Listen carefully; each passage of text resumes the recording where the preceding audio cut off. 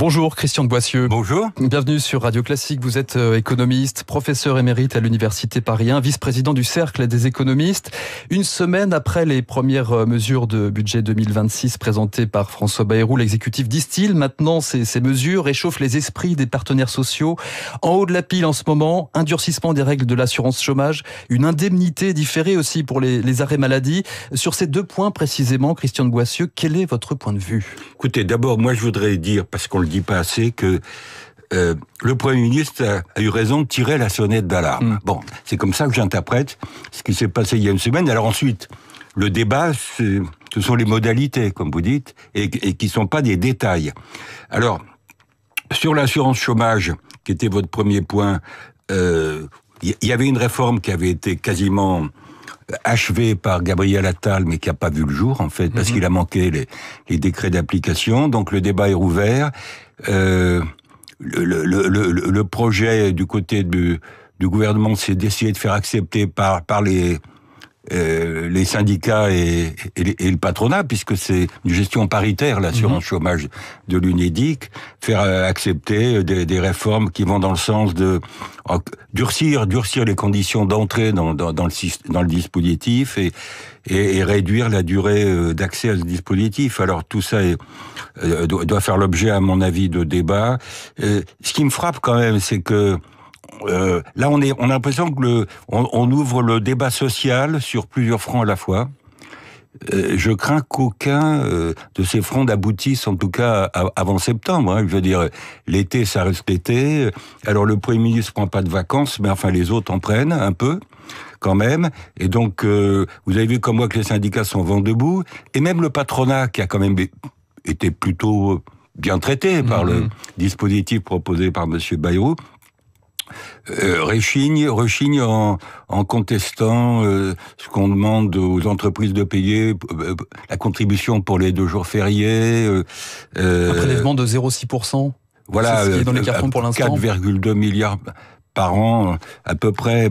Je veux dire, voilà, l'assurance chômage, ça rapporterait, si on fait cette réforme à peu près en régime de croisière dans 3-4 ans, 4 milliards par an. Mais tout ça, c'est... au fond, il faut jouer sur toute une gamme de mesures. En même temps, je répète, je pense que du point de vue social, c'est très compliqué d'ouvrir tous les fronts à la fois. Et revenons donc sur les annonces plus globales de François Bayrou de la semaine dernière. Une année blanche. Il y a aussi la révision de l'abattement fiscal des retraités, la suppression de 2 jours fériés qu'on évoquait, la monétisation de la 5e semaine de congés payés. Qui a le plus à perdre dans ce budget, Christian de Boissieu ? D'abord, je dirais, ce sont les ménages qui ont le plus à perdre. Les ménages en général, et les ménages défavorisés, relativement plus que les autres, puisque l'année blanche, on reconduit l'ensemble du budget 2025 sur 2026. Ça concerne toute l'échelle des revenus, cette affaire-là. Alors, les retraités sont dans le collimateur depuis quelque temps. Et là, si je puis dire, effectivement, on les oublie pas, puisque l'abattement de 10% est remplacé par un forfait de 2 000 €. Et l'étude qui a été faite à l'OFCE, l'Observatoire français des conjonctures économiques, montre que, au fond, il va y avoir pas mal de perdants. Parmi les retraités classe moyenne et aisée, là, il va y avoir des pertes relatives. Voilà, et je reviens sur l'année blanche. La perte pour tout le monde va dépendre du taux d'inflation de l'année prochaine. Alors le gouvernement prévoit une inflation autour de 1%, on verra, parce que ça dépend de ce que M. Trump nous réserve sur les droits de douane, de la riposte européenne. Ça, on va en parler, oui, bien sûr. On va en parler, mais il veut dire l'inflation 2026... elle reste quand même, comme beaucoup d'autres variables macroéconomiques, incertaines. Les derniers chiffres sont plutôt encourageants, puisque l'inflation a baissé d'ailleurs plus vite que prévu. On est en dessous de 1% en France en rythme annuel, mais voilà, si vous avez une année blanche avec 1% d'inflation l'année prochaine, vous avez une perte de pouvoir d'achat correspondant qui concerne tout le monde, mais je dis relativement plus les petits revenus. Puis il y a la non-indexation du barème de l'impôt sur le revenu, qui va remettre dans l'impôt sur le revenu à peu près 300 000 contribuables. Donc voilà, gagnant, perdant, mais on a le sentiment qu'il y a quand même, grosso modo, beaucoup plus de perdants que de gagnants, que ce sont les ménages, c'est-à-dire du point de vue macroéconomique, c'est la consommation qui va souffrir avec la perte de pouvoir d'achat. Du côté des entreprises, le Premier ministre a fait un plan de partie. Première partie, la dette, rendre la dette soutenable. Deuxième partie, la production, sortir par le haut. Ça a été repris par le président de la République le lendemain. Bon, là, les entreprises, je répète, sont quand même pas mal traitées. Donc, si j'étais elle, je me tiendrais plutôt tranquille là-dessus. Ouais. Christian de Boissieu, je reviens sur ce point quand même, sur les contribuables, 300 000 contribuables supplémentaires avec cette année blanche, hein, par conséquent. Et le gel de l'impôt sur le... Et le gel de l'impôt sur le revenu. Cette perte de pouvoir d'achat, quelle incidence cela peut avoir sur l'économie? Parce que derrière cela, il y a aussi de la consommation. Ben si vous voulez, ce que je suis en train de vous dire, quand je vous dis, ce sont les ménages qui trinquent plus que les entreprises. Et bon, les entreprises, moi, je suis ravi qu'elles s'en sortent et vivent la compétitivité de nos entreprises, vivent l'emploi, s'il y a des emplois derrière, vivent l'investissement. Donc, du point de vue macroéconomique, clairement, quand vous regardez au fond, les deux moteurs de la croissance domestique, c'est-à-dire la consommation et l'investissement, c'est plus la consommation qui risque de souffrir, dans un contexte où l'épargne des Français n'a jamais été aussi haute. Enfin, il faut revenir au début du Covid pour trouver des taux d'épargne. On n'est pas loin de 19% en moyenne de taux d'épargne par rapport aux revenus disponibles des ménages. Bon, l'investissement, je dirais, devrait être un peu préservé et pourrait rebondir. Il y a comme une incertitude, c'est les fameuses niches fiscales. Ce sont les niches fiscales sur lesquelles il va y avoir des rabots. Pour l'instant, on n'a pas trop de détails. On n'a pas trop de détails, mais par exemple, il y a un débat sur le crédit impôt recherche qui concerne les entreprises, quelle que soit leur taille.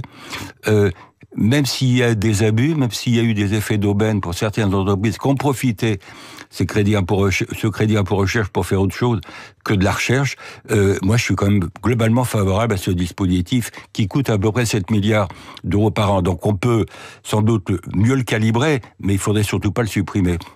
Christian de Boissieu, François Bayrou, Emmanuel Macron aussi appellent à produire plus et plus vite. Ça, c'est un message notamment adressé aux entreprises. Le président offrait d'ailleurs un cas pratique ces derniers jours. Il s'exprimait sur l'industrie de la défense qui devait accélérer la cadence. Est-ce que cela vous semble réaliste pour la défense et d'une manière générale pour l'activité économique des entreprises? Si vous voulez, un mot sur la défense, puisque il y a eu la loi de programmation militaire a été adoptée, mais compte tenu du contexte international et européen, il faut aller plus loin que la loi de programmation militaire, donc rajouter à peu près 3,5 milliards d'euros par an.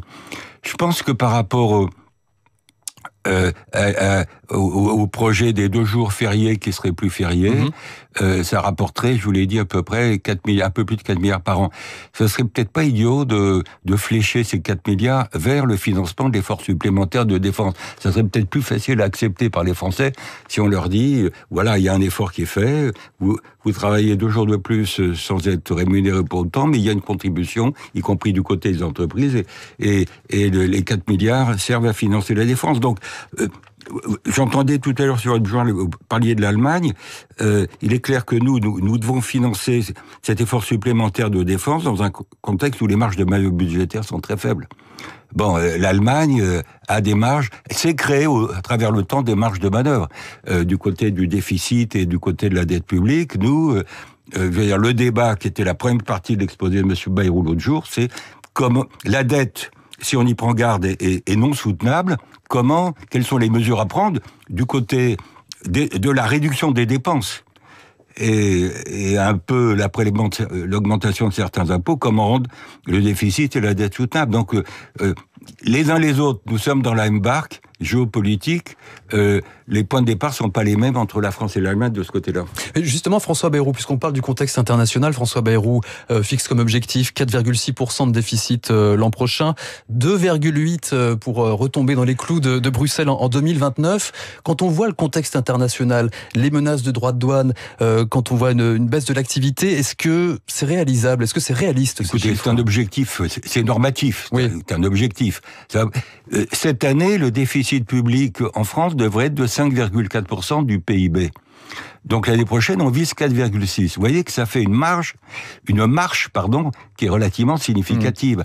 Et le contexte international et européen va rendre les choses compliquées parce que la croissance est incertaine. C'est-à-dire en France, on va avoir 0,5 ou 0,6 points de croissance. Le gouvernement espère 1% l'année prochaine, mais ça dépend du contexte international, de la guerre commerciale et d'autres facteurs qui risquent de peser sur la croissance. Et s'il y a moins de croissance, il y aura moins de rentrées fiscales, moins de TVA, moins d'impôts sur les sociétés. Donc, c'est pas impossible d'être à 4,6 l'année prochaine. Je dis c'est compliqué. Je termine en disant que pour moi, le problème essentiel de l'Europe, c'est aussi cette question, pas uniquement du réarmement militaire, le réarmement économique. Mettre en application le rapport Draghi, qui date de septembre dernier, et sur lequel, depuis 10 mois, on se voit, l'Europe, les Européens n'ont rien fait en ce qui concerne la mise en œuvre de ce rapport, qui faisait à la fois le bon diagnostic et qui proposait des recommandations intéressantes. Puisqu'on parle de l'Union européenne, Marc Ferracci, le ministre de l'Industrie, appelle à la fermeté. C'était hier soir. Il appelait à la fermeté face à la menace de droits de douane américains. Est-ce que c'est la bonne solution? Est-ce que c'est la bonne stratégie à adopter face à Donald Trump? Moi, je pense qu'il faut montrer de la fermeté. En même temps, je constate que les Européens entre eux sont pas d'accord, c'est-à-dire que l'Allemagne est un peu plus moins va en guerre, si je puis dire, moins un peu plus cool, peut-être parce qu'elle a des marges de manœuvre que nous n'avons pas du côté français. Il faudrait que les Européens se mettent d'accord entre eux pour faire un front uni. On est toujours dans le débat avec Trump parce que on est menacé 30% de droits de douane, nous, Union européenne. L'autre jour, il a dit peut-être 15 à 20, donc on est dans cette phase de négociation. Je pense que ça sert à rien d'être faible. Nous avons besoin d'une Europe puissance, non seulement dans le domaine de la défense, mais dans le domaine économique et dans le domaine diplomatique. Donc voilà. L'usage de l'arme de coercition, l'arme nucléaire, comme on l'appelle, le bouton nucléaire, en Europe, c'est-à-dire plus de contrôles sur les marchandises qui arrivent en Europe, une publicité limitée pour certains acteurs du numérique.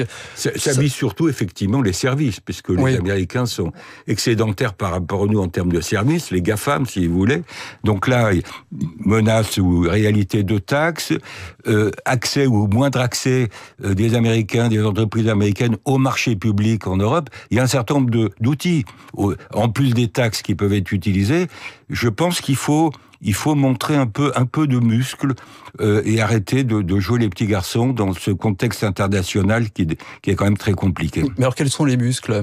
Les muscles, je l'ai dit, à la fois les droits de douane, des mesures non tarifaires, c'est-à-dire les normes, limiter l'accès d'un certain nombre de produits. Sur certains produits. Et puis jouer de l'accès au marché public, qui me paraît important, limiter l'accès des marchés publics en Europe aux entreprises américaines. Si jamais il faut aller jusque-là. Je dis si jamais, parce que la guerre commerciale, au bout du compte, il y aura que des perdants. Donc c'est ça qui nous fait hésiter à riposter. En même temps, du point de vue politique, géopolitique, je pense qu'il faut arrêter de jouer les petits garçons. Christian de Boissieu, il nous reste un peu moins de 2 minutes. Pour faire le bilan de ce plan Bayrou, quelles zones d'ombre subsistent encore, selon vous? Écoutez, le premier grand sujet, à mon avis, tirer la sonnette d'alarme, je l'ai dit, ça a été fait. La France n'est pas la Grèce de 2010, mais il faut éviter qu'elle le devienne. Ça c'est quand même le point de départ du diagnostic. Ensuite, il y a la répartition de l'effort d'ajustement des 44 milliards entre réduction des dépenses et augmentation des impôts. Grosso modo, c'est à peu près 2/3 de réduction de dépenses, 1/3 d'augmentation d'impôts. Je pense quand même que par-delà les mesures sur les dépenses, on n'a toujours pas une bonne approche de la maîtrise des dépenses publiques en France et de la mesure de l'efficacité ou pas de l'efficacité de ces dépenses publiques. Donc là, c'est un peu du rafistolage à court terme.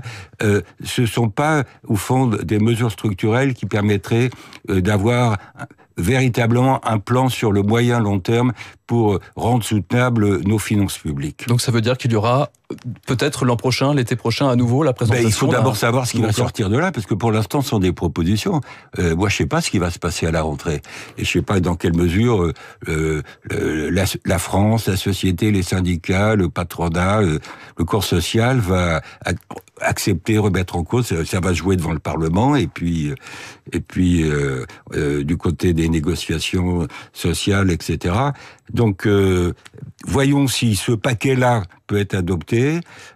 C'est quand même, ça serait un signal important qu'on puisse avancer, mais je pense que le débat sur la maîtrise des dépenses publiques, la meilleure maîtrise des dépenses publiques, à tous les niveaux, État, collectivité territoriale, dont on parle pas assez, et sécurité sociale, le débat reste posé. Christian de Boissieu, professeur émérite à l'Université Paris 1, vice-président du Cercle des économistes. Je signale le titre de votre dernier ouvrage, La nouvelle guerre des monnaies. Malheureusement, ça tombait bien. Oui. Voilà, c'est ça. C'est aux éditions Odile Jacob, tous en librairie. Merci d'être venu ce matin dans les studios de Radio Classique. Bonne journée. 8h30 sur Radio Classique. Dans un instant, la revue de presse d'Augustin Lefebvre, suivie de nos deux esprits libres ce matin, l'avocate et pénaliste Sophie Obadia et l'éditorialiste